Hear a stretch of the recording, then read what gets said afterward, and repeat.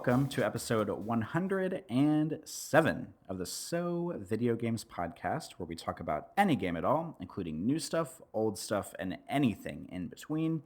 If we're playing it, we'll be talking about it. Today we are recording on November 25th, 2018. Happy Thanksgiving, by the way. That was a few days ago as of recording. So if you celebrated Thanksgiving, I hope it was great. My name is Corey Motley. I am a staff writer at GameCritics.com. I'm also 50% of this show. Joining me, as always, is Brad Galloway. He is the editor at Game Critics. How are you, Brad? I am doing good. I am still working off the last of that turkey, so a couple more days, I'll be back in fighting shape. Same for me, except for ham and not turkey. All right. Well, I guess we're both pretty slow digesters, but I porked out. Did you? I did. I was lucky too because like Patrick cooked pretty much everything, so I just like slept in and woke up and like that. I mean, we got like a ham that you just like put in the oven for a few hours or something, and so we had like ham and we had sweet potato casserole, mashed potatoes, and gravy. He made a squash soup that I still have not tried, but we have leftovers, so it's around, and just like some rolls, and he made like instead of pumpkin pie, he made like a pumpkin cobbler kind of thing, which is sort of like you just imagine like a layer of pumpkin pie in a pan, but instead of it being in a pie crust, like in a pie, the crust is kind of like on top of it. I mean, I guess that's basically what a cobbler is, but it's a nice alternative to a pumpkin pie. So yeah, he did all of that, and I didn't have to do anything, so I am really lucky. Well, that sounds wonderful. I cooked. We had friends over, and so we do a Friendsmas because my family sucks, and I like my friends better than my family. So we had Friendsgiving is what I meant to say. So we did that. Everybody brought some stuff, but we actually cooked a lot. We had turkey. Friend brought some pork loin. We had stuffing and mashed potatoes, and my wife made her famous caramel pumpkin pie. Ooh. It was really good because I was actually, me being the stay-at-home dad, I took over most of the cooking duties, and I gotta say, this is the first time that I've ever actually really like been fully in charge of a Thanksgiving meal. So that was a little bit nerve-wracking because I've helped out and I can cook no problem, but knowing that everybody was coming over and knowing I had such a big meal to plan, I was like, okay, this is a little bit intimidating. But I bought a turkey breast, and I'm like, okay, we're not doing the whole turkey because it was too much bird, right? We're not gonna eat that much. So I bought a breast, and the wife's like, well, what are you gonna do with it? And I'm like, I don't know, put it in the oven and see what happens, right? And she's like, well, throw a couple spices on. I'm like, yeah, of course, I'll do that, but I don't know. She's like, you want to baste it? I'm like, yeah, fuck it, whatever, it's in there. Who cares? Whatever happens, right? Cook it. It came out delicious. It was so good. I didn't do jack shit to it. I just put it in the oven, and that was it. So. Anyway. Happy Thanksgiving, everybody. Hopefully your Thanksgiving was as successful as ours. And yes, I am looking forward to being not full of turkey, though. Yes, I would say me too. But again, no turkey here, just ham. But we're on a tiny bit of a time crunch today, so we should probably jump into games category. Brad, do you have any housekeeping notes or anything before we jump in? No. Just apologies to the listeners. I know that some of you might be upset that it's not our usual long show, but I had a last minute thing pop up that I need to take care of in Meat Space out in the real world, and so that means we are going to be doing a short show. So apologies for that. I'm sure we will be back to our normal, long-winded, overblown selves next week. God, I hope not. I mean, let's be real. We just put out a 4-hour Hitman show a couple weeks ago, so I'm basically counting on that to hold our long shows over for like a while. So yeah, that's that. But I'm going to, the thing about my games this week is I'm mostly talking about stuff that Brad has played, whether it's a long time ago or just like a few weeks ago, and we'll maybe deep dive on some more stuff later. But I will selfishly take the first game slot. I want to talk about... You cad. How dare you? I know. I just wanted to, because I have 3 and you have 2. So maybe for the first time in So Video Games history, I have 1 more game and Brad has 1 less game. Although the last game is technically mine, but we're both going to talk about it. So I'll go first because it'll sandwich them nicely together. I want to talk about, so Brad and I were trying to figure out what games we're going to talk about this week. And because we both, it was the holiday weekend, so we were both busy. We were both doing a lot of stuff. And to be completely honest, have been playing Hitman like a motherfucker. Like I've been playing it so much. I've reached level 20 mastery on most of the levels, but not all the levels. And I will talk about Hitman later again. So if you're tired of me talking about Hitman, I'm sorry, but I've been playing it so much for review that it's basically like my main squeeze right now. But I was trying to think of what other games I had been playing because I've been dabbling in a little bit of VR stuff, and I was playing this like walking sim on PC for a little bit, but hadn't played anything enough to like really feel qualified to talk about it on the show. And the first game I want to talk about is I've been playing it on mobile, but it is on Switch, it is on PC. I don't know if it's on PS4 and Xbox One. I'm not sure.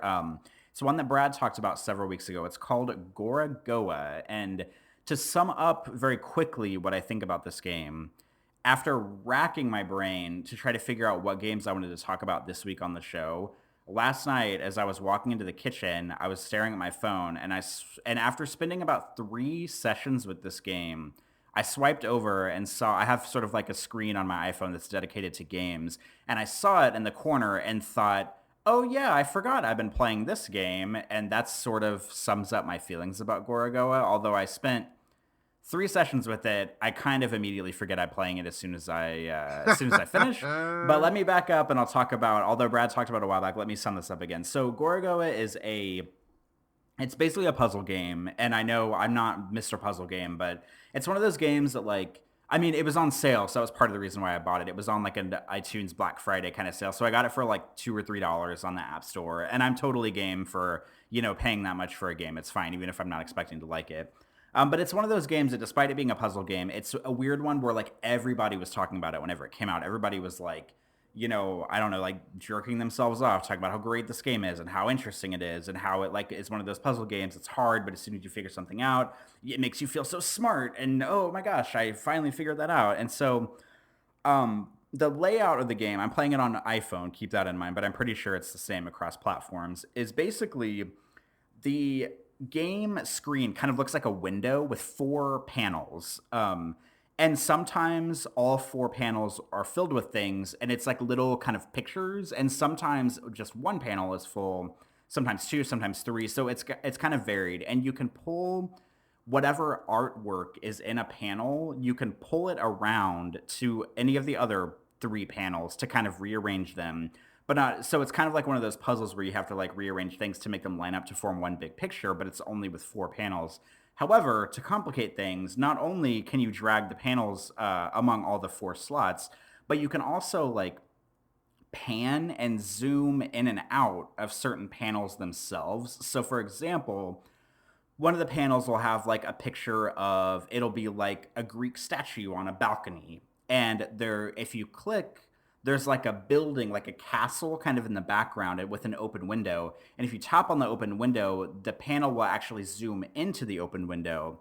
And like if you tap again, it'll go into the room that the window's open on, and it'll be like a guy sitting there at a desk studying or something. And then you can tap on like something on his desk, and it'll zoom into the thing on the desk, or something on the shelf, and you can zoom into that. So it's like there's a lot of stuff going on here because you have to like manage all 4 of these frames and whatever pictures are going on in all the frames. And sometimes you can overlap the pictures to make like 2 frames kind of come together as one. And sometimes you can pull a frame that you think is only one thing away from itself, and it like unoverlaps them, if that makes sense. It's kind of hard to explain. But I don't, it's the thing that I like it because it's kind of an easygoing puzzle game, and if I like stop playing, I'm not gonna feel bad about it. I'm just like, okay, maybe I didn't quite click with it, and it does feel nice figuring out the puzzles. But what I don't like about it is that the game doesn't really kind of like tell you what to do. It's just kind of like, oh, here's like 4 panels now. All right, go figure it out. Like it doesn't really give you a lot of direction, and it's one of those puzzle games. It kind of gives me like thoughts of kind of old school adventure games where instead of actually like being smart and figuring out the puzzles, I basically just feel like I'm tapping on everything I possibly can in all the frames and hoping that they'll line up in some way to like unlock the next puzzle or unlock the next sequence or whatever comes next. So it doesn't really make me feel that smart in that regard, but it's more just like me being sort of experimental and impatient, and not necessarily being like really like, oh, I really want to think this through and like think about how these panels line up and try to figure out what looks like in this panel, what this ribbon in the corner, does it look like it'll line up with the another panel's ribbon if I like zoom in and out enough or something like that. So it's just kind of one of those like I don't know, it's just one of those like puzzle games that you can tell was maybe developed by someone really pretentious, but I mean, despite that, it seems to be getting a lot of fanfare in the gaming community. I'm not sure if it's like something that I'll keep playing or something that's really up my alley. It's kind of a fun, like, I'm about to go to bed and I want to play it for 15 minutes and maybe solve like one piece of one puzzle and then go to bed kind of thing. But it's nothing that I'm like yearning to come back to if you couldn't tell by the fact that I basically forget it every time I put it down. Brad, I know you played this a while back and talked about it on the show. So, is there anything that I left out, or do you have any input about anything I've said so far? No, I think you described it pretty fairly. It's a tough game to describe, but I think that the gist of it and the heart of it for me is something that you said, in that it has the adventure game quality of I'm tapping every single thing because I really don't know what's going on and I don't have any clues, and hopefully something will happen. And it's a shame because this was made by one guy. This was like a labor of love over like the course of like several years. And I mean, he clearly had something to say, although in my particular case, I didn't understand the story at all.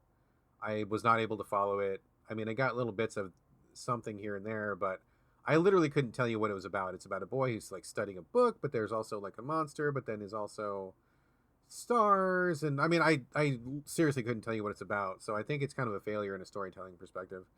But like the artwork is great. Like it's beautiful to look at. It's very storybook like. And when you overlap certain pictures, like animation will happen and you'll see like, oh, this piece that didn't look like anything overlapped with this other piece, and now that these two pieces are together it makes a different shape, and then that shape came to life and it solved the puzzle.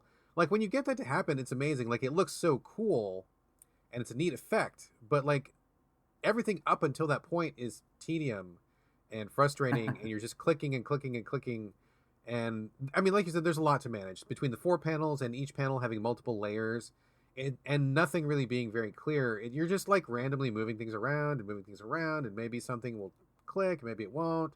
I just found it to be really exhausting and boring and not very engaging. And I love the moments when it worked, which is why I was telling people, if you are interested in this game, go find a let's play, like a single smooth edited let's play on YouTube. And if you watch it from start to finish with somebody solving all the puzzles intentionally and without fucking around, it is a beautiful thing to watch. Like it's like the coolest animated movie. I recommend watching it that way. But actually playing it left me really cold, and I did not like it. And it's totally critic bait, where like the story is murky, the puzzles are obscure, but it's got a lot of artistic quality to it. And so like every games critic was like you said, jerking themselves off over it for like 2 weeks straight, and it was like I can't even with this game. So Yeah, I mean that more or less sums up my thoughts as well. I'll probably can like I said continue to play it a tiny bit, just kind of like before bed, or maybe if I'm like bored on the couch or something. But I don't know. It's not like it's just one of those puzzle games that like a lot of people get, and I don't necessarily get it, so it doesn't feel that groundbreaking to me. But I mean, I don't disagree with anything you said about it, because it is whenever you do solve something, the animation of like the frames coming together and sort of like displaying this animated thing. It does look really beautiful and the art style is really gorgeous. But I just kind of wish I knew more of like what was going on in the game rather than just like shifting around these panels and like kind of ferociously tapping in and out of them and overlapping them and unoverlapping them to try to figure out if I can make things line up or, you know, to solve the puzzles. But yeah, I don't really have anything super more to say, so we can move on if you want to. really quickly before we move on, I do kind of want to throw out, did you ever play Framed, which is on iOS? It's also on Switch. That's like the like the silhouette puzzle comic book game, right? It is kind of like that, yeah. And it has a very similar, the reason I bring it up is because it's very similar to Gorogoa in that the screen is divided up into four pictures. And so in Framed, you are trying to move the pictures around. It's usually about like it's like a heist story or like thief story where you're trying to escape with some goods or something like that. And so like your character will start off in one corner and you can see one of the pictures has an exit door, but when the animation plays, the person is not able to reach that door, and so you need to rearrange the panels in order to make them all line up and make sense, and so your character can get through the panels and get to the exit door. So kind of a similar mechanic as Gorogoa, but there's not as much to manage. Like there's not multiple layers to each picture, and usually the amount of pictures you have is pretty manageable, and you can usually tell just looking at it very quickly kind of what your goal is, and so it's a little bit more uh, approachable, a little easier to understand, less cryptic. It's not as beautiful. I mean, I think Gorogoa has a great art style, but if you want something similar, like moving panels around and doing that kind of thing, I think it's worth playing. I played the first Framed. I thought it was cool and I liked it, and it kind of ended before it ran out of tricks, which was smart. And on Switch, they sell it as a bundle with Framed and Frame 2. I played Frame 2, which was like more of the same, but more. And I was like, okay, this is too much. And so I stopped. But I would definitely recommend the first Framed. I thought it was very cool and neat and fun. And if you like Gorogoa, I'm guessing that you will probably find a lot to like in Framed as well. And I think it's easier and more logical and more approachable. So Framed is a thing that exists in the same very limited genre of I don't know, picture moving games, I guess, or I don't know if that's even, it's a genre of 2 games, but there you go. There's the other game in the genre. You can check it out.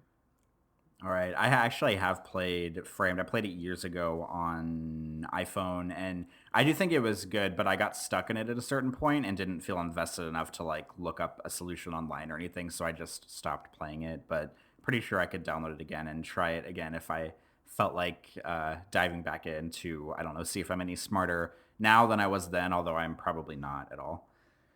Well, that perfectly describes how I felt about Gorogoa. Got stuck, bailed, wasn't invested, and that was the end of the story for me. So that seems to be a problem in this genre. Anyway, moving on really quickly, I am going to be talking about Space Hulk Tactics.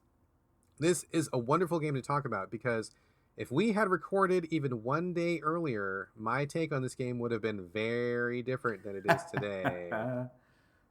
This is a Games Workshop game. Games Workshop being the people who are behind all the Warhammer and Warhammer 40K stuff, which is like, you know, if you go into any game shop that has miniatures, you see Warhammer stuff all over the fucking place, wall to wall, all those miniatures, dwarves and dragons. But this is the future stuff, the 40K stuff. So it's dwarves in battle armor and dragons with lasers.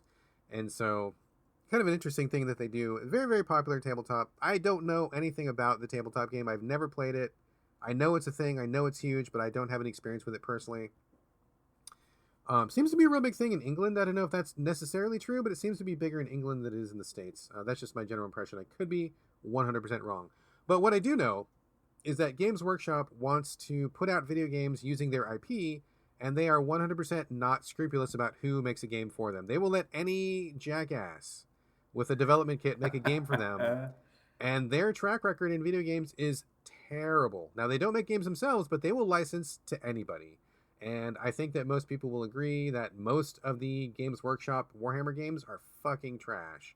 So, one of the only examples to that was, I think, Blood Bowl 2, which is kind of like a mix between turn-based combat and football, which I thought was fantastic. I thought that video game adaptation was great. Low budget, but it was great. And I thought that Space Hulk Tactics was going to be the second big win for them. And if you had asked me yesterday, I would have said that it was. But now that I am not in yesterday and now that I'm living in today, that is not at all what I'm about to say. So you play a group of Space Marines who are in this like high-tech, bulky armor. I don't even know how their bodies even fit in this armor because it seems like totally disproportionate. I mean, maybe they're just heads stuck in armor, or I don't know what the deal is, but like there's no way a body fits in that thing. But anyway, you guys are super rough and tough Space Marines. You're inside a Space Hulk, which is apparently a bunch of derelict spaceships mushed together to make one giant wad of metal floating through space. And it's full of fucking aliens, as Space Hulks are. So you go inside this thing. Your goal is to just fuck up the aliens, get to the end of the whatever the story's about. I don't know. Story about something. Go in here and kill some dudes. But so it's turn-based, very similar to like something like XCOM, where you have a squad, you deploy them in places on the map. You take your turns. They have a certain amount of movement points, and you can either move 4 spaces and then attack, or you can move 2 spaces then attack, or you can attack, and like you just kind of divide up your abilities however you want, but you have a limit of like 4 actions per turn, so it keeps it strategic. And inside the Space Hulk, it's a lot of hallways and narrow passageways, because I guess that's what a spaceship in the future is like. That's totally fine. And at the beginning it seemed really cool. The tutorials were not great, but I picked up on it in short order, being a veteran of the tactics genre. So I knew most of the basics. I could follow along, no problem. I got the groove pretty quickly. And deploying dudes is pretty fun. There's a couple new spins on the formula where you have these extra cards that you can either cash in for extra movement points, or they give you like a little special boost, like your next shot will guaranteed hit, or your next melee will guaranteed win, or something like that. So it was kind of like a little like balancing of using the cards plus doing the turn-based tactics. Seemed pretty fine. I was into it. Not the greatest thing I've ever played, but solid, like enjoyably solid. And I was like, oh, I can see myself, finishing this one. This seems pretty good. But people on Twitter told me that Space Hulk is a notoriously difficult game, like unfairly so. And I found that to be true, because once I got past level 1, which I sailed through, by the way, I don't think I even lost a single guy. I won every battle. I almost thought it was too easy. Haha, lols. And then you get to stage 2. I had started losing guys, but no problem. I could still manage. I had to redo one level, not a problem. Got through it. It's all good. I was still kind of considering myself in the learning space and figuring things out. And then I got a pretty good handle on it. You start getting a couple more options. I'm like, oh, this is pretty cool. Like, I kind of dig this. This is nice. Hit level 3, and then it's like, oh, were you liking this game? Yeah, fuck you and everything about you, because we're gonna fucking kill you. And I just got so frustrated. So here's what happens. XCOM is famous for people missing shots that otherwise should hit. Like, have you ever played XCOM, Corey? I haven't, but I've seen about 100 memes about like, oh, 99% hit chance or whatever, and then you miss as soon as you fire your gun. Yes. So you haven't played XCOM, and even you know what this is about. So the XCOM is famous for that, right? This game leaves XCOM so far in the dust when it comes to missing shots that should hit. I don't even know how this game got out of dev, because here's what happens. These guys, so the guys that you're fighting, the aliens guys, they're called Gene Stealers, and they are melee. They're strong at melee. They've got like 4 arms, sharp claws, and if they get close to you and they melee you, you're not going to win that. So like, it's like a one-hit kill. But Space Marines are supposed to be really good at distance because they got rifles, and you're supposed to be awesome soldiers. Okay, totally fucking doesn't happen. What's going on is, like, I'll get to this level, shoot guys from down the hallway. I'll take like 4 shots in a row, and like they will all miss. And it's like, okay, so I don't even know what I'm supposed to be doing here. I can't hit these guys from a distance. So occasionally I'll kill one, but like almost never. You almost never hit. Really frustrating. And so you get to a point of where I started playing more defensively, and these guys have Overwatch. Are you familiar with what Overwatch is in tactics, Corey? No. So Overwatch is a thing where if you have a certain amount of points, you take one of your characters, you put them in a place where they've got a pretty good view of the battlefield, and then you put them in Overwatch. And Overwatch is, if anything moves and I see it, I will immediately shoot it. So like, if you can't see anybody but you want to be defensive, you put your guys in Overwatch, and if enemies start walking through that territory, they'll get their asses shot off because they are crossing through a place that you are actively defending. So that's what Overwatch is.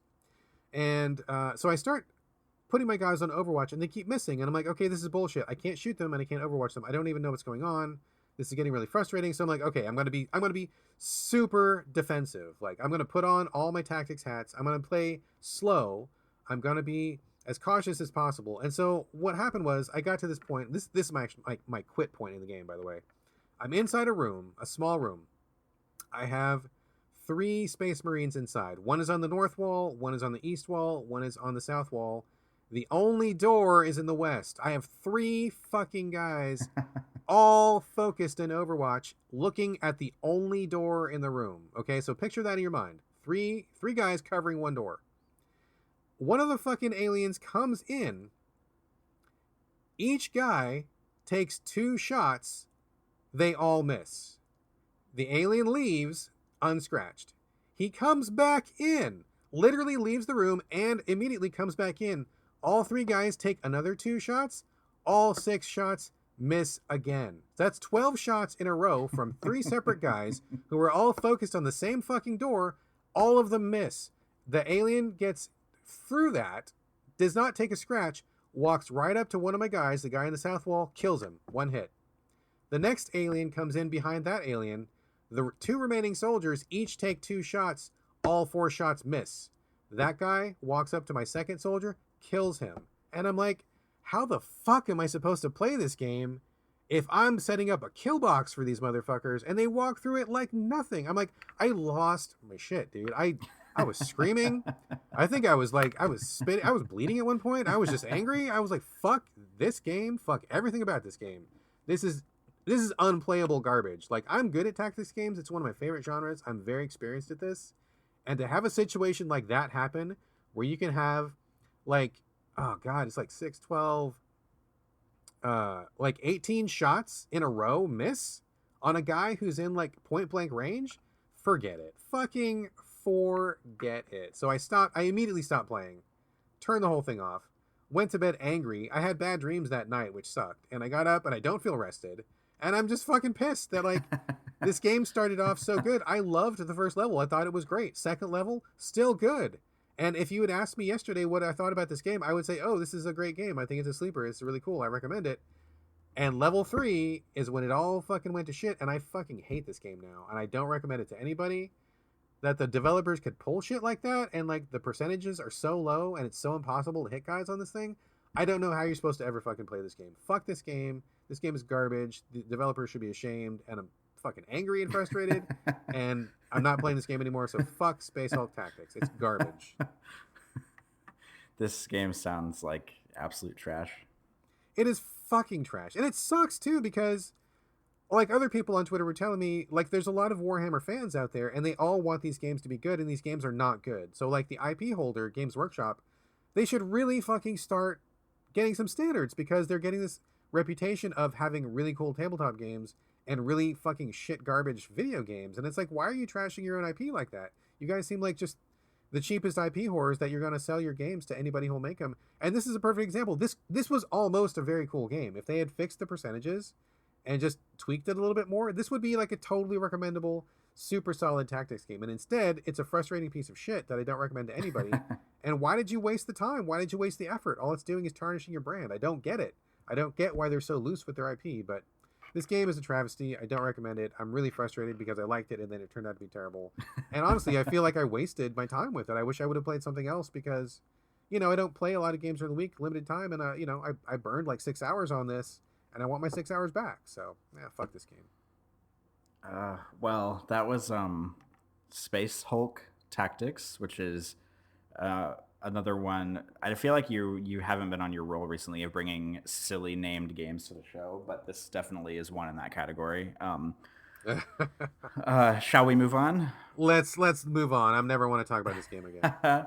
Okay, well, next up, to no one's surprise at all ever in the history of the world, I want to talk about Hitman 2 again. So if you're keeping tabs, not only did we do a 4-hour show completely about Hitman, but I talked about it last week. And guess what? I'm going to talk about it this week again, motherfuckers, because something, despite us talking so much about Hitman, there is one piece of the game that I still have not brought to the show. And I experimented with it the other night. So I just want to talk briefly about what they call ghost mode in Hitman. So somehow, I haven't talked about this at all, but this is basically like the closest thing that Hitman has had to competitive multiplayer ever, which might sound weird, but it's not like PvP Agent 47s in Miami shooting each other. It's not that at all. It's let me explain what this is. So it's called Ghost Mode, and it's on Hitman 2 right now. The little tile that it's on says beta, so I don't know if it's going to be like better in the future. I'm sure there's going to be like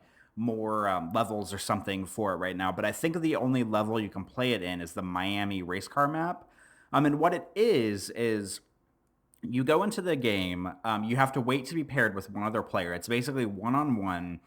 And once you're paired, which to be completely honest can take a few minutes, you both spawn. You select the outfit you want to wear, and by outfit I mean one of like Agent 47's 4 suits. You don't get to select like a cool disguise or anything or a spawn point. It just spawns you both in the same spot in Miami. However, you're kind of in parallel game universes. So if you spawn and then you decide you want to shoot everybody in your immediate vicinity and like throw a bomb and blow everything up, that does not affect the other person's universe. They're in the same level with the same targets, but the stuff that you do does not affect them. And you can see their little ghost on the screen, kind of like whenever you're playing a racing game and you can see like the ghost car from your last run. Like it's kind of like that.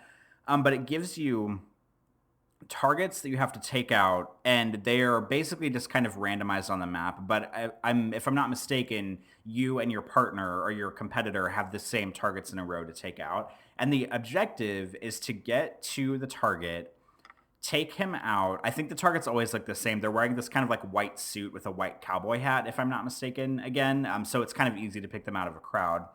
You have to get to the target, and you have to take out the target, and either, I mean, you can kill him in any way, but it has to be undetected. And if you kill the target, there is a 10-second window where it has to remain undetected. So you can't just like shoot him in the middle of a crowd because people will immediately see that and it won't go over well. And if you make whoever makes 5 undetected kills first wins the round. And there are kind of like loot boxes almost. I can't remember what they're called, like ghost containers or something around the environment, and they all contain, I think, 2 items in them apiece, or maybe 3, and you have to choose which one you want. You can't get all 3. So you have to be very tactical about how you want to do it. Like you can run to ghost boxes and try to get disguises or guns or whatever, because I don't think you start with any equipment. So you have to go to the boxes if you want to get like cool equipment, or you can procure like stuff on site. Like if you kill a guard and he has a gun, you can take the gun or something like that, or you can take people's disguises too. But I think you and your partner both have access to the same ghost boxes with the same equipment, and I think you can, because you're in parallel universes, you can take the same equipment out of each box if you want. But the objective is basically to get to 5 kills, 5 undetected kills first, and you both have to kill the same people. So whenever I played it the other night, I mean, obviously I won 5-0 because I'm amazing, but I didn't understand what was going on for a while, and I was killing guys, and I thought that the objective was to get to 5 kills first no matter what. But if you kill someone and their body is detected, or if you kill them in like broad daylight in a crowd of people, it doesn't count toward your goal. It took me a little while to figure that out because I am dumb, but it's about 5 undetected kills, and you can die and you just respawn in the level. I don't know if it's a random respawn point or if it's always starts at the same spot, but that's kind of cool. So if you die, you're not out of the game. You basically respawn and can keep going. And all the doors that are in the game are unlocked, so you don't have to worry about having a lockpick or picking doors or anything like that. So the game makes some nice concessions for you to be able to get around a lot more easily. And as a matter of fact, I don't think you trespass either. I keep saying if I'm not mistaken because I've only played it one time and I can't remember everything exactly. But I don't think you trespass either. I think you're pretty much free to run around the entire map. The big stipulation being that you have to do unnoticed kills. You can't murder the guy and then have someone discover his body within the 10 seconds. And this might not sound super great, but I actually thought it was a lot of fun. And I mean, part of the reason why I thought it was fun is probably because I won the match that I was playing. If I had lost, I probably would not have been so pleased about it. And I kept worrying, like whenever I got like my first point, I was like, oh man, this is probably going to be like really competitive. And then I got my second point and I was like, okay, like he can still catch up. Like there's still plenty of time for me to fuck this up. And then I got my third point and I was like, okay, all right, like maybe I'm in the clear, but he's probably gonna like come up out of nowhere and get like 3 points and 3 kills, and I'll be toast. But I basically was able to get up to 5 kills without him getting any. So I don't know. I mean, obviously I had the game like a week longer than everybody else, so that was kind of like a little bit of a leg up in my experience with the game itself. Um, but it's nice because it takes like if you really spend the time mastering the levels in Hitman, and for like the Miami one in particular, because I think that's the only level available for this, probably why it's in the beta. Like I've reached level 20 mastery in Miami, and that level 20 mastery does not affect ghost mode. Like I don't get to like use the weapons or gear that I unlocked or anything because it's a completely separate mode. However, I know the lay of the land pretty well because I have played it so much. I've spent hours playing the Miami levels, so I know, the trophy area, you can get right into Kronstadt Industries from that. I know that the parking garage tunnels are the best way to get, from the east and west side of the venue and all that stuff. So I feel like that gives me a pretty good leg up on the competition. But I also know that there's people out there who've probably had the game for 3 days that are better at it than I am already because that's just how people work.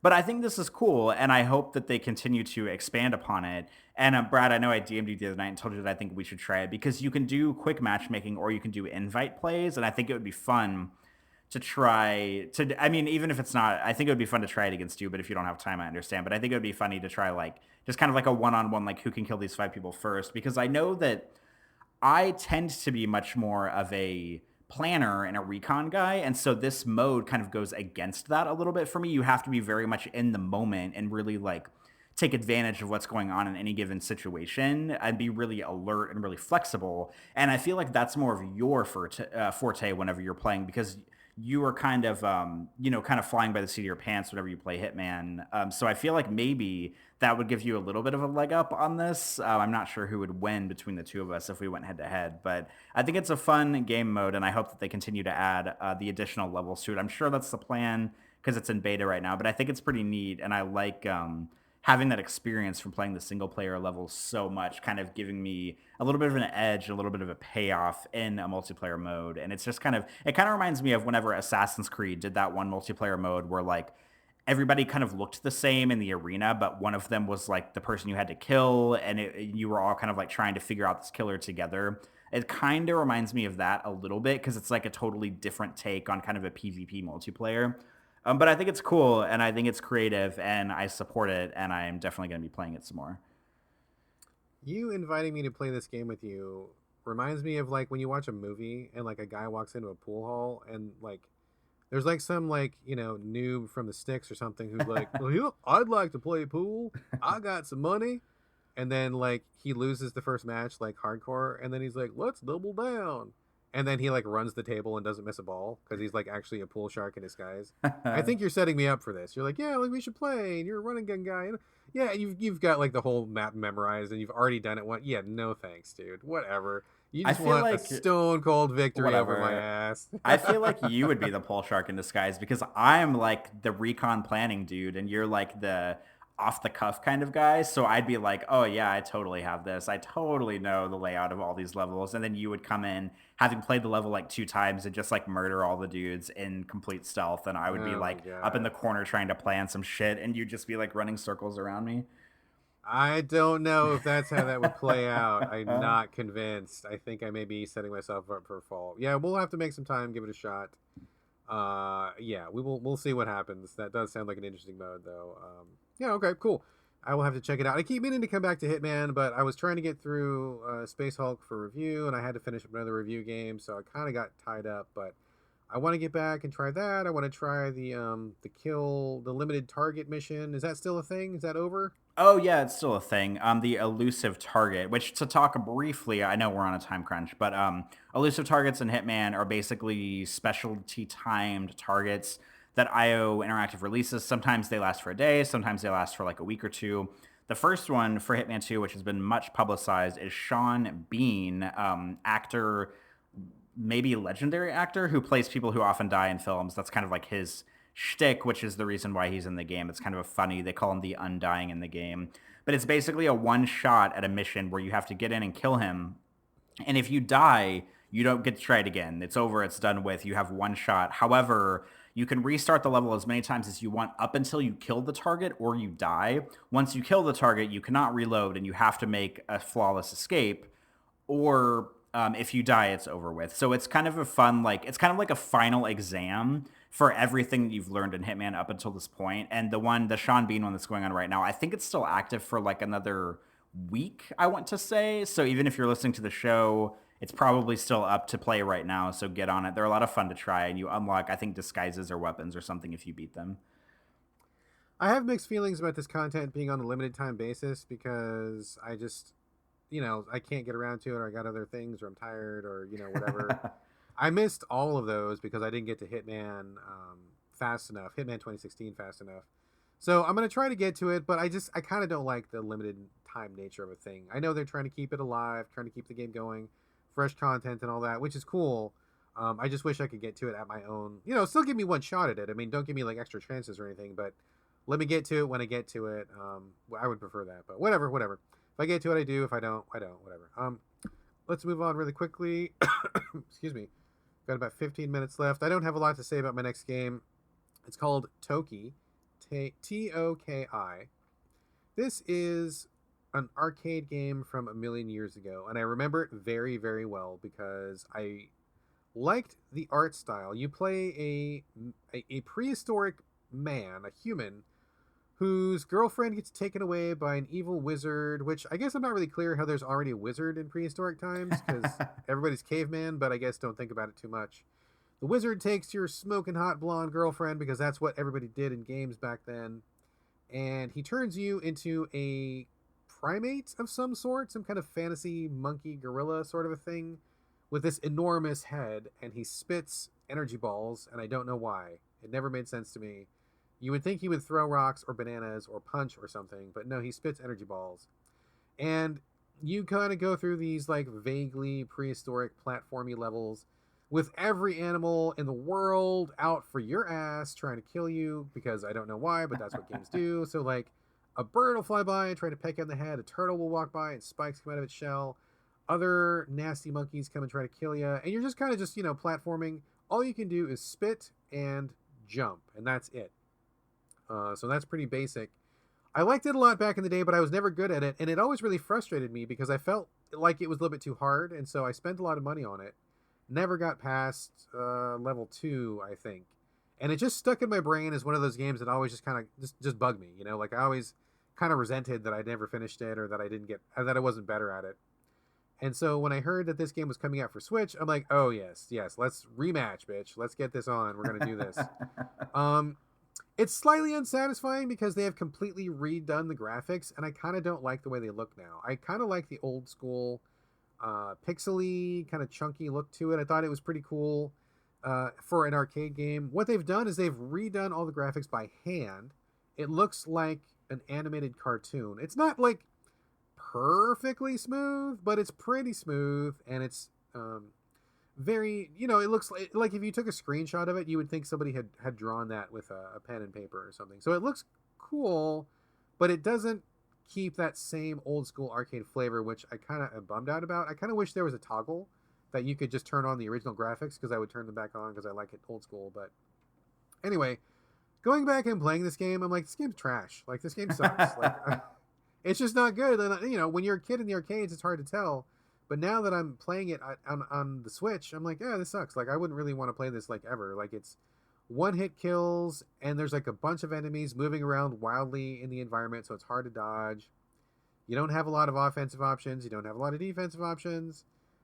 You're basically just walking left to right, hopping on some platforms, shooting some things with your spit, and you get a football helmet at times that quote unquote protects you, but you still die if people hit you. So I'm not really sure what the football helmet is supposed to do. And I'm just like, okay, it doesn't look like the old school game. It's not fun to play. I guess I'm grateful for the chance to go back and revisit it. And it was something that genuinely really stuck with me all these years. But now that I'm playing it, I'm like, this sucks. So that's it, man. I don't have a lot else to say about it. It's just a really crappy arcade game that is now on the Switch. This sounds... It's not even worth porting, honestly. I don't know why they did it. Oh, man. It sounds to me like, the obvious sort of go-to connection here kind of sounds like Donkey Kong Country, or like, not Donkey Kong Country, but like the original, like Donkey Kong, where you play as Mario and he's like climbing up the ladders, like going left and right on the platforms. Like it might not be that, but that's just what it sounds like to me, like an old arcadey experience, but you're playing as a monkey. I think you're closer with Donkey Kong Country, the first one. It's closer to that, but you're kind of on the right track, like blending those two things. But if it was like, I hate Donkey Kong Country. That game fucking sucks. But this Toki also sucks. It's just left to right and just basic action, and you die like a lot. And there's actually even credits too. You can't even just like brute force your way by continuing. You get like, I think 9 lives on easy mode, and I think you have 9 credits. But you die so fast, and like anything touching you kills you. Like, it almost seems like not enough. I wish there was an infinite mode, and I would just play it out of spite and just go all the way through it. But I don't know that I'm even going to finish it, because one hit kills in a platformer like this is really frustrating. So I don't know that I need that kind of annoyance in my life right now. So yeah, that's Toki. It's a thing. There you go. It's on Switch. It's a platformer you can play. Yeah, that's it. You are on a roll for recommending excellent games that everybody needs to try this week. It is a bad week for me, my friend. It is a bad week. Let's move on real quickly. We've got 10 minutes exactly. Do you want to lead the charge? I will on this one. So I don't know if we've talked about it on the show extensively, but this is going to be sort of like a preview to be continued for hopefully a discussion we'll have next week. So this will just, I don't know, like whet your appetite a little bit. So Brad, a while back, played a game called The Invisible Hours, which is developed by Tequila Works. And I've said it before on the show, and I've only played like a couple of Tequila Works games, but that is like a diverse-ass game developer. Every single game they make is completely different from the one they made before. And I think that's really commendable. I just want to say that real quick. Like, I really, even though I haven't played everything they've done, I've played a handful. I've played Rhyme, which was sort of like a journey type game. I've played some of the Invisible Hours now, and I played that side scrolling zombie shooter that you recommended. Deadlight? Is it Deadlight? Deadlight, yeah. I've played those. I liked Rhyme. I did not like Deadlight. I like the Invisible Hours, but like everything they do is totally different from the last thing. So I think it's really cool that they're not like just making like a first person shooter over and over and over again, because there's a lot of developers that do that. And I mean, hey, if they make a good type of one game, then power to them for, staying in their lane or what have you. But I really respect Tequila Works for really kind of going out. It seems like they're really going out of their comfort zone on pretty much everything they make. But Brad started playing the Invisible Hours a while back, and like, have you talked about it on the show yet at all? I'm not sure that I even brought it up on the show. I don't think that I did. Okay, I don't think you have either, but long story short, like pretty much like 3 times a week, Brad will DM me on Twitter and be like, "Oh, I got farther in the Invisible Hours. You really need to make this a priority. You really need to play it. It's so good. I think you really like it." And it's been on my wish list for on Steam for a while, because I think you might have brought it up very briefly on a show like a few months ago, where you had just like tried it for a few minutes and then moved on to Yeah, something yeah, else. yeah. It's on that show where I played like 25 games and I played each one for like 5 minutes. That was one of the ones, and I had tagged it as being really cool. I'm going to come back to it, and I did. So it was definitely one that caught my eye. Yes, and because I remember I looked it up when you were talking about it then, and I noticed that there was a VR version for it on PC, and that's kind of, I mean, the game sounded interesting in and of itself, but knowing that there's a VR sort of like a facet to it made me even more interested, because I have VR and I want to play things in VR. And I also didn't realize this, but the game was developed for VR first, and then they ported it to flat screens later, which I thought was interesting because I thought it would be the other way around. But thanks to Brad and his super sleuthing and his buttering up to developers, and the writer of the game magically got me a code for the game. So I have been playing it just to set this stage, which is kind of a pun intended if you know what the game is about. The Invisible Hours is kind of like a murder mystery walking sim, kind of. Like, it basically, the story, you are following a guy who gets to to Nikola Tesla's mansion, or his manor or whatever. There's a guy, a detective named Gustav, which is hilarious, first of all, and they talk about it in the game, which makes it even more funny. And you get to the manor, and whenever you get inside the door, and you don't play as Gustav, you're basically just existing around the characters, and you can move. It's first person, so you don't have like a form in the game. You're basically just moving the camera around these people, which might sound lame, but it's actually really cool, because it's like true interactive theater. You can kind of watch this unfold, and you're moving the camera around, so you can decide. I mean, you don't even have to watch after Gustav if you don't want to, like, but at the beginning he's the only character there, so it kind of makes sense to. And he gets to the manor, and as soon as they walk into the manor, um, Tesla's dead body is on the floor in the lobby of the manor. And so it turns very quickly into this murder mystery thing. And because Gustav is a detective, he decides, I want to interview everybody in the house.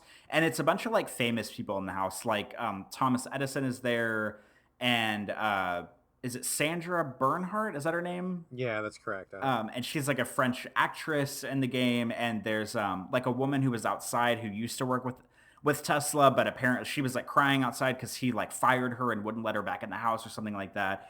And so you have like, it's kind of like Clue. Like, you have like a perfect cast of characters, and they're all interesting. They're all unique. They all have sort of like their own motives, and you have to watch the game sort of being played and watch Gustav interview these people.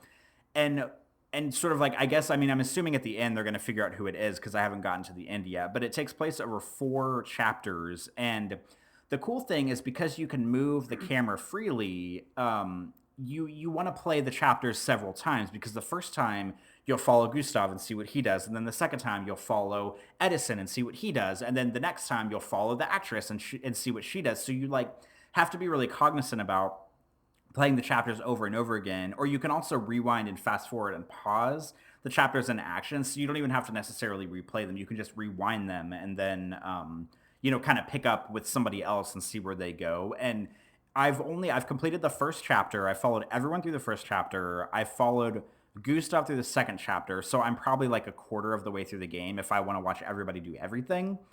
But it's like it's really fascinating so far, just because like it's an honest to god murder mystery because there's no suspect where you think, oh, of course it's this person. And every time you follow someone around in the same chapter, they always do something like wild in the background or something kind of crazy, and it really like you just want to know what's going on with everybody and figure out like what everybody's motives are and why they're there and did they kill Tesla or like are they innocent, and it's really fascinating so far. I need to just sit down or not sit down and play it because I'm playing it in VR. I need to just stand up and play more of it. But I haven't finished it yet, but I think in the next episode we're gonna like deep dive on this game, probably in spoiler territory. So that's kind of the plan for next week. Brad, I know you haven't talked about this game in a long time, but do you have any like surface level thoughts or input you want to bounce off? Yeah, I mean, so first off, I would strongly recommend if anybody wants to join us on this play. It's a pretty quick game, relatively quick. I think you could probably do and see everything in about, oh, I don't know, 3 or 4 hours, depending if you go back and watch everything. So if that sounds interesting to anybody, I would strongly recommend pick up this game, play it along with us, join us for the deep dive that we will probably do in the next episode. Because I think it's so fascinating. Because it is basically like an interactive movie, but it's like watching a movie that you are able to see any part of. Like these people will do the same things. The script happens no matter what you do. You can't affect things, but what you see and in what order you see them and how you move around the house really can affect like your understanding of the story. And it's really great to see this movie from like 6 different angles. It's a very similar. I forget. Did you play Tacoma or you didn't play Tacoma? I did play Tacoma and I liked it a lot. Okay, so I think so. This one has the same. These came out almost at exactly the same time. I'm not saying one copied the other or whatever, but it was really ironic that the Invisible Hours came out first, but like Tacoma came out like really close after it, and so they both had this like rewind, fast forward mechanic, and they both are about stories that happen without you, but you observe them. They have a lot in common, and I like Tacoma a lot. I think Invisible Hours is also awesome. They're both great, but I love the Invisible Hours. It's so interesting. So many moments that I thought were just really well done. The performances are excellent. Voice direction is excellent. The writing is excellent. Like it's so good all the way through. A few little complaints about it, but I'm not going to talk about that now. We'll save that for the deep dive. I really want to talk about the story. There's some really interesting things that happen, but I will not spoil anything now. I think you did a good job covering it, and I will say nothing else except that I was in contact with the writer. His name is Rob Yescombe. I'm sorry if I mispronounced Yescombe or Yescom. I don't know how to pronounce your name. I really Rob XCOM. Rob XCOM, which is way better than Rob Space Hulk because he sucks. But he was a really good guy. I had a lot of interesting chats with him. He hipped me to a couple of things that I did not find out on my own, so that was really interesting, and I'll share those things with you after you finish the game as well. I love it. I love the Invisible Hours. I think it's really a fun, cool, interesting. It is a game, but it's not quite a game. It's something else. It's not a movie, but it's kind of like a movie, but it's not. And you're in it, but you're not really in it. It's a real interesting step forward for video games as a genre and for what we can do. And I think that overall, I loved it, and I love the story too. I thought it was just great, and just so many good things to talk about. But I'm not going to talk about it now. So. Corey, finish up the Invisible Hours. People listening, if you want to join us for that, that would be great. I formally invite you to play the Invisible Hours before our next episode. There is enough time to play it if you get right on it, and you will want to tune in for that. So this is also kind of in response to people who wanted us to do a similar deep dive to what we did for Hitman. This is not going to be a 4-hour chat, but I do think that's a great idea, and once Corey and I are both done with this, we're going to go into it and just really pick it apart. So hopefully that will recapture some of that same 4-hour Hitman show mojo that you like so much. So there you go. Yes, this is like, so we have like Oprah's book club, but this is like the So Video Games game club. Like you heard it first here. This is a new thing for us. This is what it's going to be. So there you go. So, all right, I'm looking at the clock, man. We better bail because I got to get going. You want to bring it home for us? Yeah, let's bring it home then. All right, we talked about a handful of games this week, but this will bring us to a close for episode 107. Remember, you can stick around after the ending music to hear tonight's banter. We talk mostly about movies and TV shows. That's pretty much it, but it's a pretty quick banter segment. If you don't want to listen to that, feel free to bail, and we will catch you next week for our next show. In the meantime, remember, you can get in contact with us in several ways. First way is by sending us an email. We are sovideogamespodcast@gmail.com. You can also post comments for us on the Game Critics webpage when the show goes live there. You can also find us on Twitter. We are a collective show on Twitter at SoVideoGames. And last but not least, you can reach us individually on Twitter, which I say every week is probably the best way to get a hold of us, but to each their own. Brad, would you like to give out your Twitter and Instagram handles? I would, but before I do that, it suddenly strikes me that we have not been saying the name of the games after we're done talking about them, and we said that we were going to do that, and I feel bad because I keep forgetting. So before I get to my handle, let's just really quickly recap. We talked about Gorogoa, we talked about Space Hulk Tactics, we talked about Hitman 2's Ghost Mode, we talked about Toki, and we just wrapped talking about the Invisible Hours, and I apologize that we keep forgetting that. I'm trying to start the habit. It's tough. Please forgive us. We're going to keep trying. So, yes, my social media handles on Twitter and Instagram, BradGallaway, all A's, no O's. Corey, where can they find you? My handles are also my first and last name. That would be Corey Motley, CoreyMotley. Brad, do you have anything else before we sign off? No, that is it. But thanks for listening. And I am so looking forward to talking about the Invisible Hours next week. I am so psyched. I'm very, very excited. So can't wait.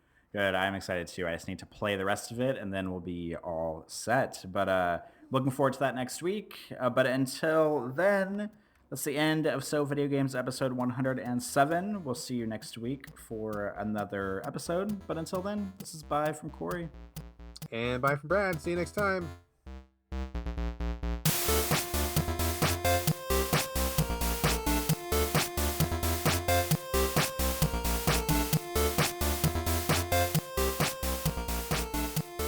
Let's talk about stuff real quick.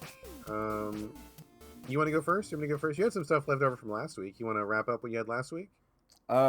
Sure, I guess so. I just want to talk about a couple of TV shows from last week. I'm not really particularly watching either of them, so this is going to be kind of a weird story, but I you want to talk about TV shows that you're not watching? I want to talk about TV shows that Patrick is watching that I'm sometimes around during. This is the most So Video Games chat ever. Let's talk about stuff that we are not doing right now. Yes. Yes, please tell. Please tell. And like Patrick is sitting in the living room right now, so he's probably going to hear me talk about this and then come in and just punch me. So if I just go off air all of a sudden, just assume that he has overtaken the room and killed me. So I remember several weeks ago you were talking about Sabrina on Netflix, and that's not what I want to talk about, but you had mentioned, because we haven't watched it, he hasn't watched it, I haven't watched it, so I can't say if it's good or bad. But he loves Sabrina. How's he not watched it yet? Because he's too busy watching Riverdale, which is apparently what Sabrina came from, which you had talked about during your Sabrina segment a while back. The same writer has revitalized the entire Archie universe. He's like this guy who was a super fan, and actually Archie had sent him a couple cease and desist letters because they thought he was crazy. And then he kept being persistent, and he kept pitching them and pitching them and pitching them. And then they're finally like, all right, cool, do it. And then, boom, wild success. Success? I know the show is successful, but it is terrible. Patrick's been watching Riverdale, and... oh, God. Well, okay, so I don't know if you call it success, but I mean, from his perspective of being obsessive superfan, like, that's like the dream come true of like, I'm going to pitch this thing because I love it so much. And he actually got to make like at least 2 separate shows. And I mean, I have not watched Riverdale. And I think Sabrina's okay. But I mean, to be like a dude off the internet making shows with the thing that you love, that's huge success, I think, for him anyway. Yeah, I think that is successful for him. I mean, definitely because, I mean, yeah, I guess... He's like a I don't know, like a nagging boyfriend who just won't say no, and then finally someone gives in. Like, that's how I feel about this. So, okay. So the show, I would consider the show successful because I hear people talking about it and I see tweets about people liking it and everything. So, I mean, it's not like it's an unsuccessful show, but it's possible to be successful and be bad at the same time. And that is what the show is. Yes. So, I don't even know how to begin describing this. And I watched like, I think most of the first episode with Patrick, but I wasn't like, I was just kind of sitting there while he was watching it, and he watches it a lot. So I'm just kind of like in and around sometimes whenever he's watching it. But basically, and I'm not that familiar with the Archie comics, so you can like fill in the gaps after I'm done trying to give my synopsis. But the show, it's basically like a high school kind of soap opera, to be honest. It's like a bunch of really beautiful people who are pretend like they're really sad all the time, and someone like got murdered in their high school, and I think like the main character is like having an affair with his music teacher or something, and it's just like all it's like oh my god, like I can't. It's like all these really beautiful people, and it's like really melodramatic and really like oh we're like sad and we're also like started it's kind of like if Mean Girls the movie, and I love Mean Girls, I think it's a classic, if it were like really really sad, like somewhere between like Mean Girls and Heathers, like this is kind of where Riverdale sits, and it's not like self-aware enough to be like Heathers where it's like kind of funny even though it's dark and silly, and it's not a comedy like Mean Girls, it's just this weird like all these like gorgeous people like being like oh I'm so sad and oh we're going to be serious about everything, and like nobody in high school actually acts the way that they do in the show, and it's just like and like the camera work in the show, like the lighting is often very like theatrical, and they use like really shallow depth of field in their lenses all the time where it's like one like little thing will be in focus and then everything behind it is blown out and it's just like overdone, and I like it's just so it's so cheesy, like cheesy. I don't know if I've said that yet, but that's the word. It's like so cheesy and it's so melodramatic and it's so like, oh, we're all beautiful and we wear cool makeup, but oh, we're so sad and somebody and people are bullying us and I don't know. It's just like I can't get on board with this. It's so cheesy and I don't know why Patrick keeps watching it. Interesting. I have not seen it. I had heard about it, and I've heard a lot of people, not in my circle, but other people that I know say that they like it, and it got really popular. I haven't watched it. I probably won't watch it. But we are kind of making our way through Sabrina slowly. We're about halfway through the season, and it's okay. It's interesting. It's definitely a new take. And I forgot to mention also that this guy, I believe his name is Roberto Aguirre Sacasa. I think that's his Ooh. name. Um, Not only did he find success with the Sabrina revamp show and Riverdale show, I forgot to mention the most important part. He was brought on as like the guy who revamped actual Archie comics themselves. Like he is currently the guy who is making all the money for Archie comics because he came aboard. He took the classic Archie, which is still available. You can still buy it like in grocery stores right before you check out, and it's still around in classic form. But he implemented a whole bunch of new comics. There's like a darker Sabrina comic. There is Zombies Come to Riverdale, which is like really dark. My son has read some of those.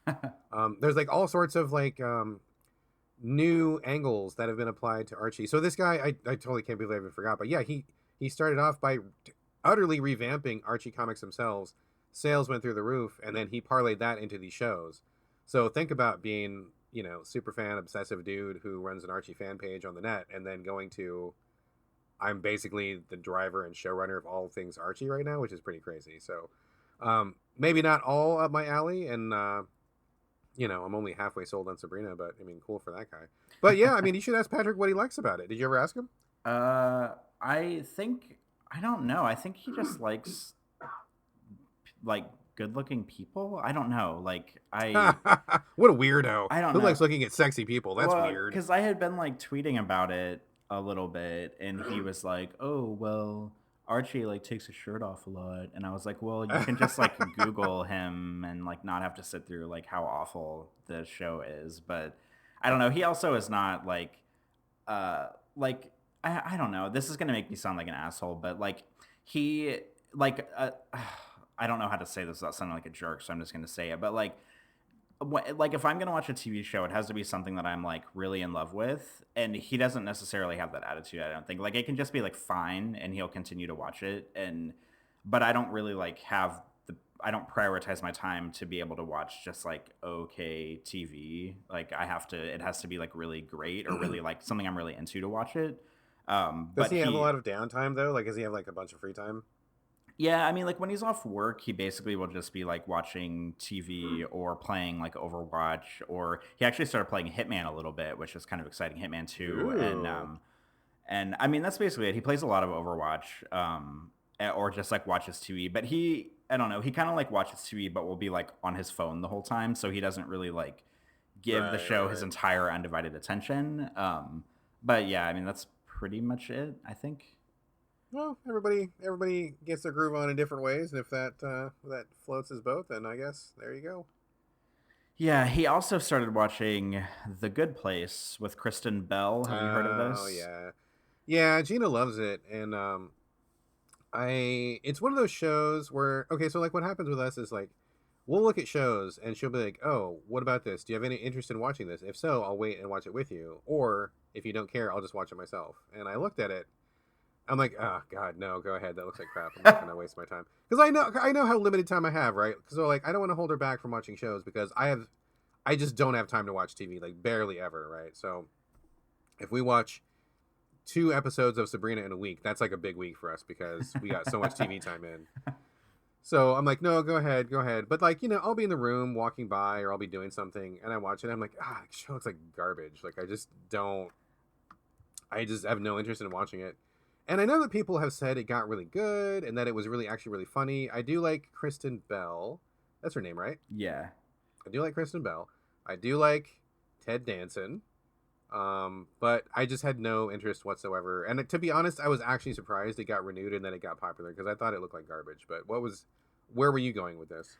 Yeah, I basically don't really like it either. I mean, I mean, I guess to sum it up, the show is about Kristen Bell. She dies, and basically in the first episode in the pilot, she like wakes up in what they call the good place, and it's supposed to be sort of like heaven, but it's like a place where after you die, it's an afterlife where you basically live in a neighborhood and everything is kind of bright and sunshiny, and you're supposed, like, one of the big hooks of the show is that you're supposed to meet your soulmate whenever you go there, and then you basically live with your soulmate and kind of live happily ever after in the good place while you're there. And it turns out that later on, hopefully this isn't a spoiler, but I don't really know if it is or not. So if you haven't watched The Good Place and you're absolutely like dying to see it and I think haven't, this is a big spoiler if you haven't seen the show. so yeah, turn this off right now if you don't want to Yeah, don't be listen. spoiled because this is a big deal.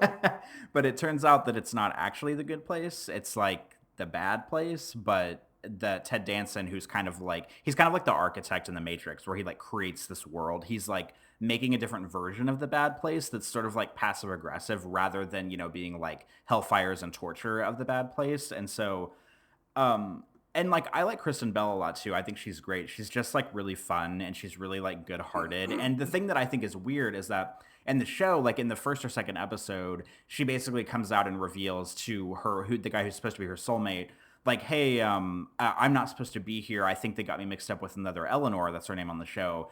And they like try to show all these vignettes of like her being a bad person, but I just don't buy it because Kristen Bell is so adorable and so cute and so like she seems so like upstanding that I can't get my head behind her being like such a bad person that she deserved to go to hell, because they show like a few clips and one of them is like, oh, she has like a coffee cup and she doesn't throw it in the recycle bin, and a guy like asks her to and she like says something mean to him, and I'm like, okay, do you really go to hell for that? And then like and another one, she's like out with a bunch of her friends at a bar and she like lies about wanting to be the DD and so she can drink more, and I'm like, okay, like, yeah, that's kind of rude, but like, is that like hell worthy? And she seems like upstanding in the show, and so I have like a really hard time getting behind the Mhm. idea of her being like this awful person.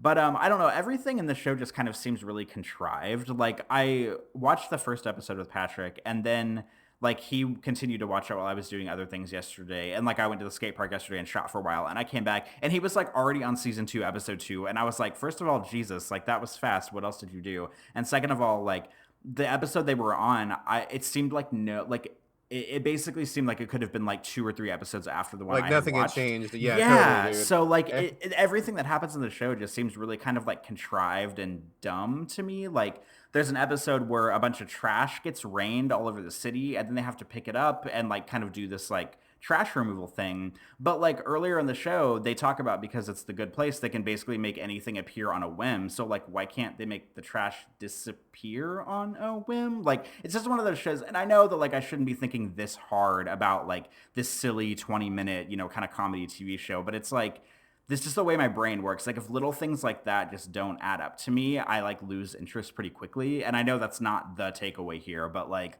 if they make a deal about like, oh, well, if you want a mansion as a house, we should just snap our fingers and you have a mansion, but like there's some trash on the ground and they can't just like make it disappear. I don't know. I can't get behind it. but I don't know. It's weird because it's one of those shows that so many people rave about that I just had thought like, oh yeah, of course, Kristen Bell's in it. It's probably amazing. I just haven't sat down to watch it, and then I sit down to watch it, and I'm like, wow, this is what everyone's raving about. Well, I mean, to be fair, McDonald's has sold 42 million fish fillet sandwiches, but that doesn't mean it's a good piece of food. I mean, I know a lot of people like it. Gina really likes it. A lot of my friends really like it. I've watched it. And I mean, I can't say that I've sat down and really tried to get into it because I just bounce right off of what it looks like. And every time I walk through the room, it's kind of like you said, like any episode could be any other episode. And it's just kind of like, whatever. So, I mean, definitely not my thing. I don't care. But yeah, definitely got its following. So I have seen a couple things that I would like to share if acceptable to you, sir. Please do. Please share. I had a couple more things, but I think in the interest of time, I will save some for next week. But I'll tell you the biggest ones. So, we just watched The Meg. Have you seen that? It's like the big shark movie. Oh, I haven't, but I know what it is. Jason Statham, shark movie. Yeah, yeah. Also, excuse me, I am like dying. There must be some pollen or something in the air. I mean, it's not the right season for pollen. Maybe it's mold or I don't know what it is. But I'm just like I'm dying over here. So I'm sorry to keep clearing my throat. Apologies to everybody. I'm cannot breathe here. So anyway, if I fall down and go quiet, then you know that I'm dead on the floor. So Oh, no. we have a mutual death watch on the show today. The Meg, it is sure a show about a shark. That is totally what happens. They do a very good job in the trailers of telling you what's going to happen in that show, and that is literally what happens, and that's it. So I was prepared Jason- for you to be like, actually, it's this other thing going on, and there just happens to be a shark there. No, it is straight up about. Oh my god! Sorry, hold on a second. Oh, apologies, everybody. God, I cannot breathe. Need some asthma inhaler or some shit. No, I mean it's fine. It is totally fine. I had heard that it was not as scary as the trailers made it look, and so I'm like, oh, okay, well maybe this is in Sharknado territory because my son likes scary movies, but not too scary, and suspenseful, but not too suspenseful. Bloody but not too bloody, and it's hard to find horror movies that fit in that mid-range category, but people had told me that it was really not that scary and it's kind of goofy. I'm like, oh, okay, that sounds like our jam. So I took a risk after having a couple like hardcore dad fails in the past about picking movies that were super not appropriate and running for the remote and turning them off. But this one was fine. It was totally fine. If you have a kid who likes shark movies, this is totally a shark movie. Just, big shark shows up, they get scared, people die. It's good. It's fine. It's nothing to say. It is a shark movie. That's all it is. Jason Statham does a good job. He's I didn't start out liking him too much, but I think he's kind of growing on me as kind of like kind of like an adorable meathead sort of a dude. I think I tried to go back and watch some of his earlier movies. We watched the trailers, and they seemed like really like edgy and extreme, and maybe a little bit much for the time that we were wanting to watch. So we didn't watch like he's done like The Transporter, and there was another one like that where he had like shocked himself with electricity or something. And there's a couple of those movies. We haven't watched any of those yet. Maybe I will at some point, but he's definitely mellowed out from those days. He's shooting to be like The Rock Part 2, where he's like a big buff guy, but he's also like a softie and he can do comedy. Did you see him in Spy by any chance? I did not. Oh my god, Spy is so fucking funny with Melissa McCarthy and Jason Statham in that. It is so funny. Melissa McCarthy is great, but Jason Statham steals the show in that movie. Like, I think he's fantastic in that movie. So he's doing a good job of rockifying himself, but other than that, it was a shark movie. That's exactly what it was. But the movie I really want to talk about is Upgrade. And I know I pinged you about this on Twitter, Corey. Upgrade is a sci-fi slash, I don't want to say it's horror, but maybe like a dark sci-fi. It came out this year. It is from the same people who made The Purge, and I think Blumhouse is their studio. They've made a bunch of like really, really successful and gross horror movies lately. They're a real up and comer in the horror scene, and so this was one of their films. I cannot tell you who directed it, and actually, one of the things that was cool about this movie was basically everybody in it was like an unknown. So it was really cool to not see like star power, or it was just like people who were like good actors getting a role, and I didn't have any connotations associated with them, so I was able to just approach it as just at face value, like you didn't have to think about Brad Pitt showing up and then all the other roles you've seen him in and doing this Brad Pitt performance or whatever. It was just like these people.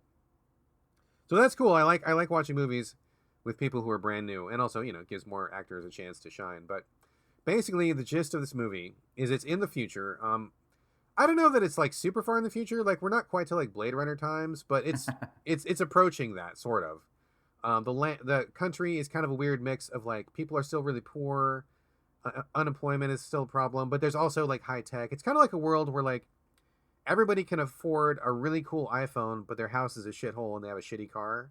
So that's kind of the world that's at. Where like not everybody is rich, but everybody can afford like one or two cool pieces of technology. So it's kind of a weird. So it's like weird 2018 then, right it's now. It's basically like 2018. Yes, it's 2018 plus, which is actually what I liked about it too. So what happens is, there's a guy who is kind of a little bit anti-technology, and he works on cars, and so like Camaros and Mustangs, and so he's like basically restoring antiques is kind of what he does, and so he sells one to this guy who ends up being kind of like the Steve Jobs of this world. He's kind of weirdo, but what happens is after he meets this guy and makes this connection, he gets like mugged and attacked, and his wife gets killed, and he gets shot, and he turns into a quadriplegic. So he's this guy who's like a real salt of the earth kind of dude, doesn't like technology, works with his hands, doesn't believe in 3D printing a pizza. He'd much rather make a pizza, if that kind of tells you about the kind of guy he is. But the Steve Jobs guy is like, dude, you're a quadriplegic, blows. But I actually have this chip, which is a really cool thing I'm working on, but it's experimental. The FDA won't let me do anything with it. But if you keep it hush hush, I'll implant it in your neck and it will control your body, and then you will be able to walk again. Problem solved. And so he's like, at first he's against it, of course. He takes the chip, and it's really interesting because this chip bridges the gap that was left in his spine. And so he thinks these thoughts, it goes to the chip, and then the chip relays those thoughts to his actual physical body. But after a while, the chip becomes sentient, and so it starts talking to him. And then they kind of go on these like stuff happens, like hijinks happen. I'm not going to give away the story and everything that happens, but it's really cool. And the thing that I really liked about it and that was interesting was the story was very strong. You think it was going to go a certain way, it didn't go that way, and then it kind of had a couple surprises that I didn't see coming. And I thought the story was really, really good. I liked the portrayal of this dystopian future where everybody's got an iPhone and nothing else. But the thing that was really cool was at certain points he gets into these fights with gang members and whatever, criminals and stuff, and he's not really a fighter. And so what happens is the chip will be like, may I take over your body? And if he gives permission to the chip, then the chip will auto fight for him. And he starts doing like all these crazy fucking moves. Like he moves kind of like a robot, and the guy that did this role I think did a really great job. So he kind of moves like mechanically, but then when he's fighting, it's like super fast because the chip is pushing his body beyond like normal human limits. And he's also at the same time like combat strategizing to like optimal moves. What is the enemy going to do? I'm going to counter that right away. Going to grab any available weapon. And like, so like his fighting skill goes like through the roof because he's got this combat chip, which is like working overtime to keep him alive. It's fucking cool, dude. Like it looks cool. The visual style is really cool. It's funny. The movie is billed as being hyper violent. I didn't think it was hyper violent. I thought it was violent. I didn't think it was hyper violent, but maybe that says more about me than the movie. And it was good. It was really, really good. I thought it was one of the best sci-fi movies I've seen this year. I loved it. Loved the story. Loved the action. Loved the idea. I thought it was just great all the way around. I'm a big fan of this movie. Yeah, it's one of those movies that, like, as soon as it came out, the shitty thing was it came to theaters in New Orleans, but it's one of those movies that was in theaters for like 1 week and then gone because Totally. nobody saw it. But everyone that did see it, like, I heard nothing but good things about it. And it's one of those movies that I always meant to see and that I probably will see at some point. I just haven't gotten around to it. And I've seen it on the shelf at Target. Pretty much like every time I go in Target, I see the Blu-ray on the shelf and I think, maybe I should just buy it. But it's like $25 or something. And I'm like, I'm not sure if I want to spend that much on a movie, having not seen it before. I don't know if I'll ever watch it again. But it's definitely been on my list. And I've seen like the first trailer that I saw for it is one where it basically is like one of the kitchen fight scenes where he's like fighting this dude and like breaks a bunch of plates over his face. And like it was really impressive. And the guy who plays the main character, I refer to him as off-brand Tom Hardy because he was in He was in that Ridley Scott movie, the prequel to Alien that I can't remember the name of right now, that had like Prometheus? Prometheus. Yeah, he was like Yeah. the lead guy, not except I mean Michael Fassbender was really the lead guy, but he was like the other lead guy in Prometheus. So Oh, I okay. I didn't see remember that, so I had no idea who that guy was. yeah, don't see it because it's awful. But it's like I remember when it came out at the time, a lot of people were like, "Is that Tom Hardy? Is that Tom Hardy?" Because he looks a lot like him, at least in that role he did. And so when this kind of came back around, I hadn't seen him in anything else until this. I saw previews for Upgrade, and I was like, "Oh, off-brand Tom Hardy is back at it again," which is kind of funny because this movie has a very similar like storyline to Venom, which Tom Hardy just played in. But in Venom, it's like the symbiote that starts taking over his body. But in Right. Upgrade, it's the chip that takes over his body. And I feel like Upgrade is probably the better movie here, even though it has less star power. I guarantee you, Upgrade is the better movie. I haven't seen Venom, but I've seen enough of Venom to know that Upgrade is definitely the better movie. I loved it. I thought it was great, dude. Everything about it was perfect. I thought it was really, really enjoyable.